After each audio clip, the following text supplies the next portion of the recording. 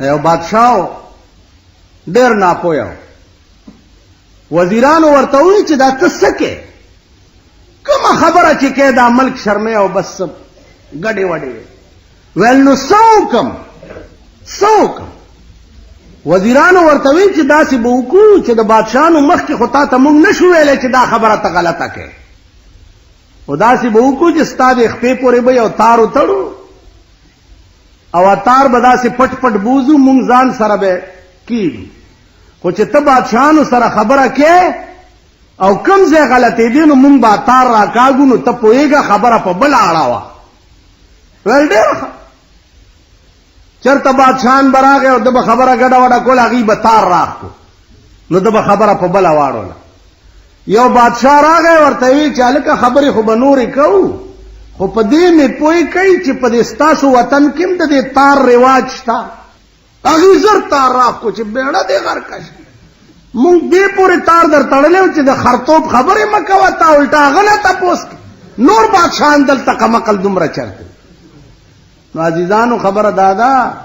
چې هلته خو وزیران هوښیارو که بادشاه ساده هم نو کار چلېده چرته چې ټوله معامله دغسې یا د خارونی او د کارغه کیسه وي کارغه او خارونی په جګړه دي نو نوشیروان بادشاه په لاره روان او بختک وزیر ور سره دی چې وزیر ور سره دی نو نوشیروان ته تپوس وکړو چې هلکه دا ولې په جګړه دي دا کارغه او دا خارونی وی صاحب پرېږدی وی نه حل ووایه وی جي خبره دا ده چې دا کارغه راغلی دی د خارونی نه لور غواړي او خارونی نه ورکوي وی چې نو بیا وی دې خارونی ورته یو شرط ایښی دی چې لور به هله در کوم چې 100 خارونه د دې لور په مهر کې وران شوي راکړي وی دا کارغه ورته وایي دې خارونی ته چې بیبي داسې چل دی چې دا یو 100 خارونه وران شوي والا نور چې نوشیروان بادشاهي او بختکي وزیري داسې ډېر خارونه به وران وګوري د دوی دا جګړه ده خپله عزیزانو چې د دې قوم دا حالت وي تاسو به دا ملک وران ګورئ چرته چې دا قومي تاسو به دا ملک خیر غواړئ ته ځان سره جخت وګوره ورځ بیرته په تا بمباری کېږي ورځ بیرته اوس د هغې علاج سوچ کولو دپاره خو عقل پکاري سوچ پکاري اوس عقلمند او سوچمند سړی وي نو عقل او سوچ وکړي که نه تا چې د چا انتخاب وکړو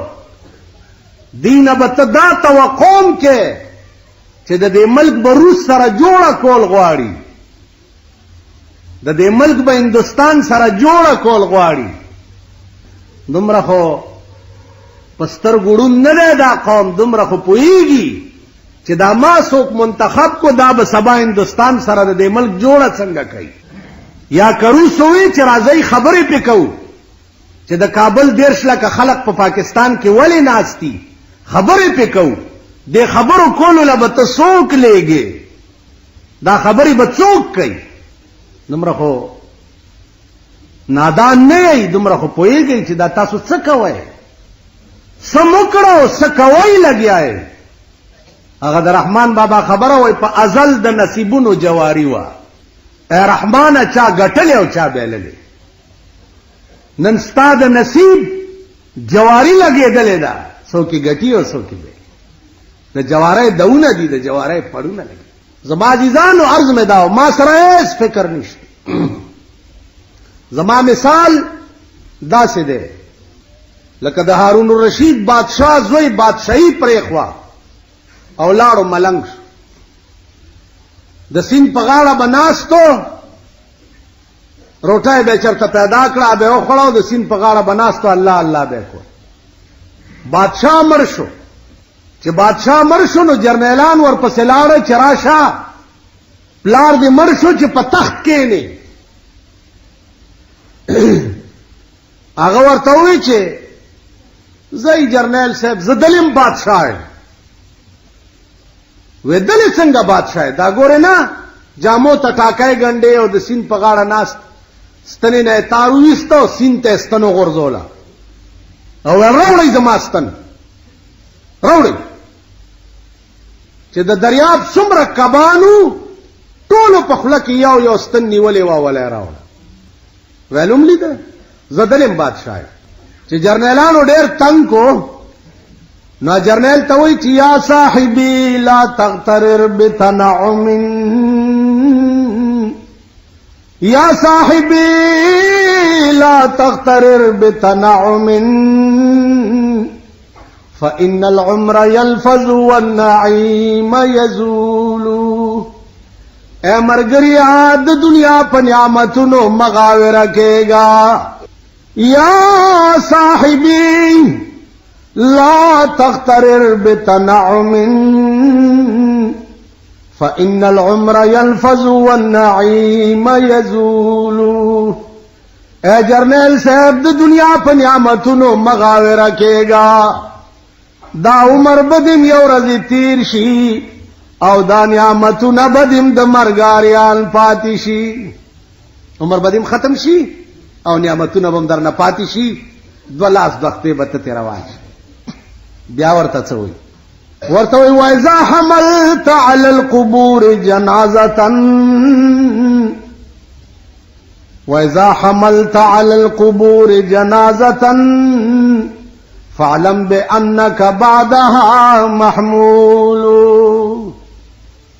اے مرګریا کتا نن د بل جنازه پوګه کړي و دیره تروانه جنازه دی پوګه دا ادیره تروانه نو فاعلم بأنك بعدها محمول دا شپارسلی یقین لرا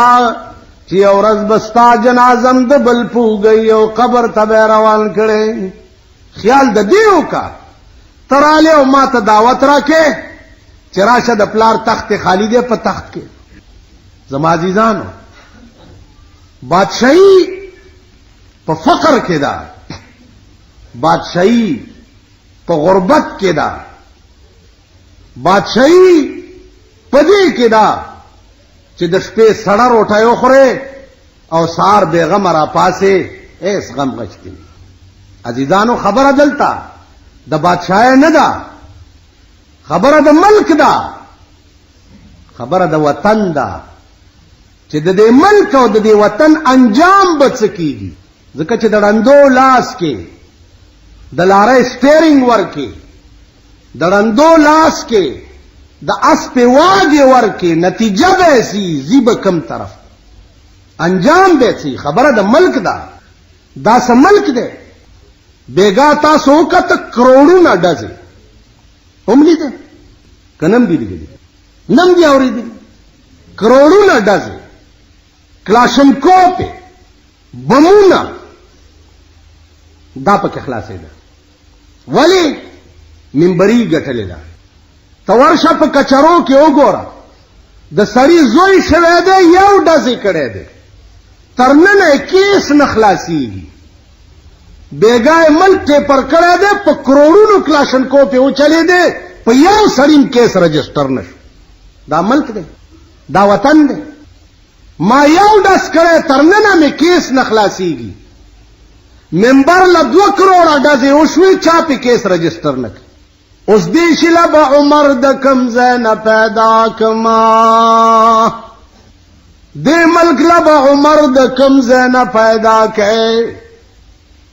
چې یو ښځه ورته راله ماشومې په غېږ کې دی وی عمره دا قرآن یوازې مونږ د پاره دی که تا د پاره هم دی ورته وی بیبي قرآن هغه قانون دی چې په دې کې د امیر او د غریب فرق نشته د امیر او د غریب فرق نشته نن امیر چې په پاکستان کې هر څه کوي آزاد دی غریب که ټتو کو هغې دپاره هر څه دی بیا خو الحمدلله په دې غریبانو د خدای نور هم را ټټنګه کړي نور لوی چینجه په دې غریبو کې دا غریب خدای پیژندلی چې دا ښځې سوټې تپي دا میندې پردي لوښي وینځي دا میندې چې دی پردی جامې وینځي او دا ډنګي راوړې دی ډمګي دې ډمګي ځان نه څه جوړ کړي دا خدای پیژندل قوم هلکه خدای ظالم دی وای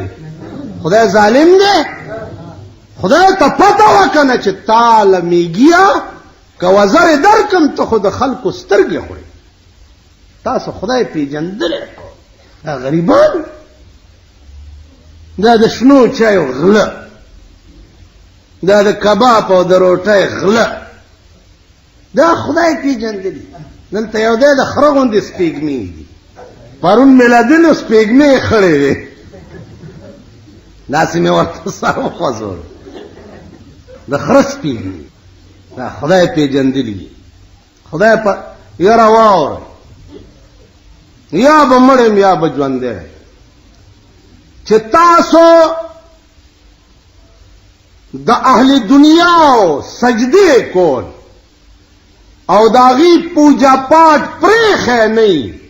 او تاسو ښه ورځ په دوربین کې ولیده نو که مړم په قبر مې راشئ متیازې وکړئ ښه ورځ به نه ګورئ دغه تالی سټ به یئ دغه چولی چک به یئ دغه پردی جارو کخ به یئ تاسو به خدای په خپلو پو نه ودرئ او نه به تاسو له خدای ښه ورځ دا خدای پیژندلی قوم دا الله نه لوی مهربان په دنیا کې بل څوک شته نو دا په مونږ یې ولې مهرباني نه ده کړې ځکه چې مونږ کې ځای نشته مونږ کې ځای نشته خدای ته وګورئ خدای ته وګورئ خپل ځان وپېژنئ خپل حیثیت وپېژنئ خدای وپېژنئ د خدای رسول وپېژنئ حکومت ته وایم د خدای هغه لویې ورځې خاطر وکړه د دې ملک تقدیر سره لوبې مه کوه د دې ملک تقدیر سره لوبې مه کوه دا ملک به تباه شي دا به غرق شي آسمانی آفت به پې راشي لوټه به یې لاندې باد خدای داسې کړي نه دي نوح علیه السلام پیغمبر پکې موجود و او طوفان پې راغی لوټه یې لاندې باندې پاتې نه شو آسمان د پاس نه اوبه راورولی او ځمکې د لاندې نه یو یو ساس کې به د کوهي تور غرم را پرېوتو آسمانی آفت به پې راشي د ملک تقدیر سره لوبې مه اهلیت ځان کې وګورئ قوم د قوم ځان کې اهلیت پیدا کړي د ملک مشرۍ له د سړي د انتخاب ماده ځان کې پیدا کړي چې دا سړی زه د ملک مشر کوم دکې اهلیت هم شته او که نه سبا به دی د دې ملک ترجماني کولی شي او که نه تاسو وګورئ نن څومره ورځې وشوې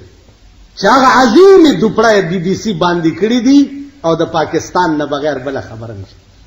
په عالم کې په شرمونو و شرمولو دا ملک په دنیا کې تاسو څه خبر یې تاسو خو د میانو وروڼه یئ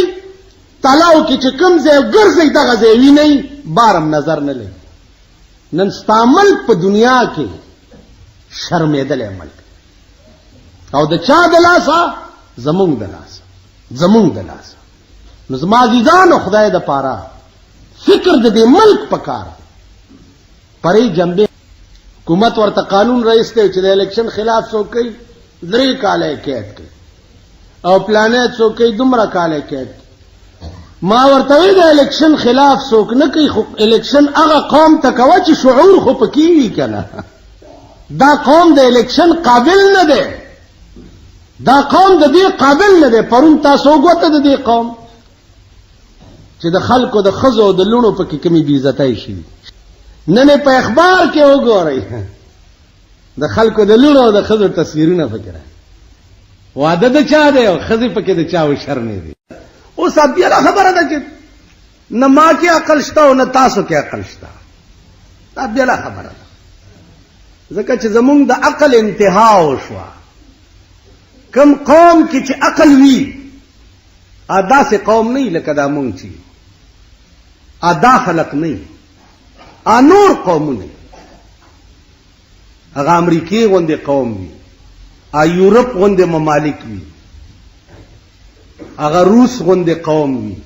هغه چین غوندې قوم کم قوم کی چې عقلی هغه د چین غوندې قومي چې تا نه رستو آزاد شوی دی او نن د دنیا عظیم طاقتونه تیری. مونږ قوم کې عقل نشته. د مونږ قوم عقل تاسو وکتو، پرون مو کتو، بل ورځ مو کتل. دا زمونږ قوم دی او دا زمونږ خلک، دا زمونږ سړي دي، دا زمونږ لکان دي او دغه زمونږ ښځې.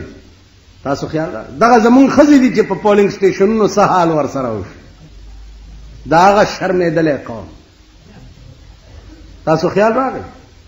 نو دې قومونو کې عقل نشته. دا دغه خلق دی چې دا تاسو ولیده. نن د ملک تقدیر دا نن دې قوم د چا په لاس کې ورکړه. په دې هم چېرې سوچ کړی یا په دې پوهېږئ تاسو چې نن د ملک تقدیر تاسو د چا په لاس کې ورکړو؟ د ملک تقدیر به کوم خلق جوړي؟ د ملک فیصلې به کوم خلق کوي؟ دا تاسو د چا په لاس کې ورکړو؟ په دې هم سوچ کړی دی؟ خو د کارغان ورونه وایي مردار املان دی ولید او پاس پہ ګرځېدی کان کو پتہ نه لګېدا. دلته سوال د عزیزدارۍ نه، سوال د رشتې نه، سوال د پرې جنبې نه، سوال د دې وی چې زه د ملک د تقدیر واګې د چا په لاس کې ورکوم. ټانګه ډکه ده او سړی پکې ناست دي او تا د اس په واګې ړون له په لاس کې ورکې. دومره خو به پوهېږئ په خبره چې د اس په واګې ړون له په لاس کې ورکې نو اس په ټانګه او پکې سورلی به بچ پاتې شي. نن تاسو د ملک د تقدیر فیصلې ړندو له په لاس کې ورکړه. خدای دې ملک شي ستاسو مو، خدای دې ملک شي د دې ملک. سوال دلته عزیزه دا نه سبا به دې ملک ته د تعلیم پالیسی جوړول غواړي. د تعلیم نو د ملک د تعلیم پالیسی ته وګوره چې دا ته چا پسې منډې وای چې دا به جوړولی شي. سبا به دې ملک د پاره د قرآن کریم د آئین پالیسی جوړول غواړي. ته وګوره چې دا ته چا پسې منډې وای چې دا د قرآن د آئین پالیسی جوړولو پوهېږي. سبا به د دې ملک بیرونی دنیا سره روابط او تعلق جوړول غواړي. ته وګوره چې دا سړی په دې پوهېږي. د دې داسې مثال دی. اوس چاته دا خبرې کوي یو ښځه وه بجای نامه یې وه بجای. نو د کور مالکه ترې ډېره تنګه وه او چې کوم ورانې به یې وکړل بیا فټې مو لعنت فټې مو لعنت فټې مو لعنت. آخر د هغې اډو په فټې مو څه پروا نه راتله. آخر یې ووایي چې په فټې مو د بجای څه شي چې سوی پوزه په دا بیخ کې پرې کړی نه شي. پوزه دې ته په بیخ کې نه غوسه کړي، په فټې مو دا بجای اډو شرمېږي. دا قوم په فټې مو شرمېږي. یا هم شرمولو زما هلکومه ګیره مې سپینه شوه عمر ټول تیر شو. ما څوک ونه شرمولی بلکې زه وشرمېدم ځکه چې د شرمېدلو ملا هم شرمېدلی. دا د کشمیریانو قصه مې درته کړې وه چې ته کشمیر ته تلی مال نه ویل ته څنګه مولی مال ته تلی ویل نه. نو مال د بې غیرت قوم امام چرته غیرتي کېدی شي؟ وی چې نه مال بس خبره خلاصه. وی څنګه ته یې داسې زه یم. نو عزیزانو زمونږ د شرمېدو پکې یقیني دي دا خلق نه شرمېږي. نو عرض مې دا و چې نن د ملک د تقدیر واګې د چا په لاس کې راغلی؟ د دې قوم د لاس.